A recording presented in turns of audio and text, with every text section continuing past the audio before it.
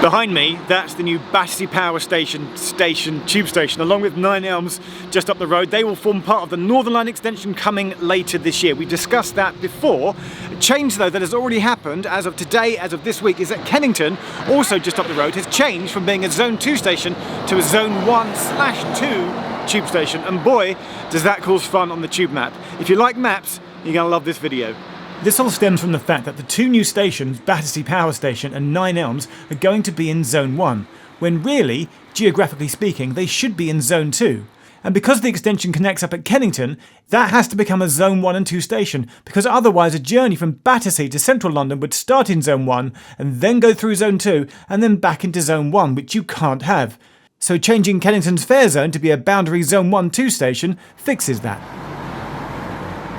What this actually means fare-wise is that for pay-as-you-go passengers, fares become cheaper, especially in the peak.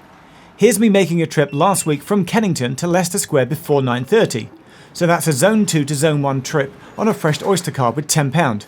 I made the journey, and at the other end was correctly charged £3. But from now, as Kennington is a Zone 1-2 station, it treats it as a journey all in Zone 1, so that in the peak you save 60p as the trip is now £2.40, and in the off-peak you save 10p as the price drops down from £2.50 to £2.40. So Kennington is now a Zone 1-2 station. They've already updated the sign, and while the fares part is straightforward, although I'm going to check it in a second, the interesting twist in the tale is that I now believe that it is actually impossible to geographically show the fare zones correctly on a map, on a geographic map. So whilst I take the trip to Leicester Square to check the price of a fare, let's talk about that. Here's how the zones look on a geographical map of the network at the moment. Note that Vauxhall is also a boundary Zone 1-2 station, as is now Kennington.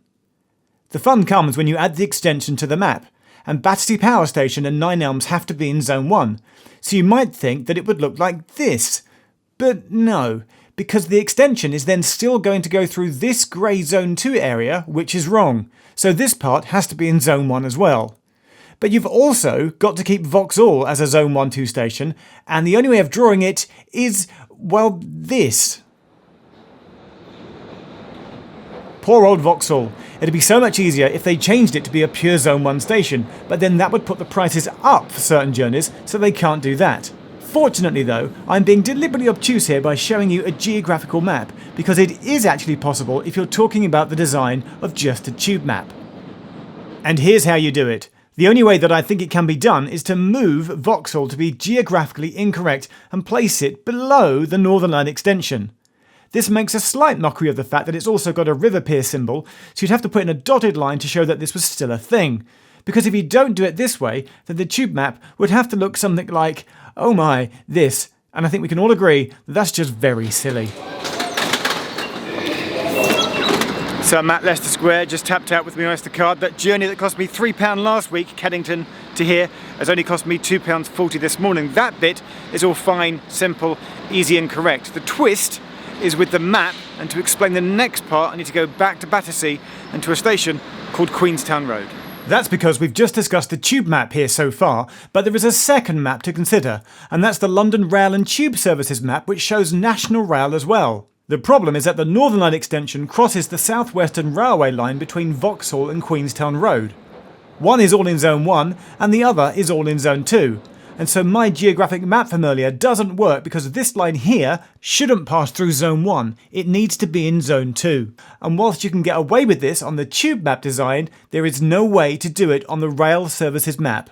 As far as I can see, it just can't be done. So good luck map designers with that one. And so I'm back in Zone 2, just around the corner from where I started this morning at Battersea Power Station. But this is Queenstown Road, Queen's Road as it was originally called. Remember, this is Zone 2. The Northern Line extension, when it opens, will all be in Zone 1. So how that's going to look on the new tube map, and more importantly the new London Rail and Tube Services map, goodness knows how. I look forward to seeing that later on in the year.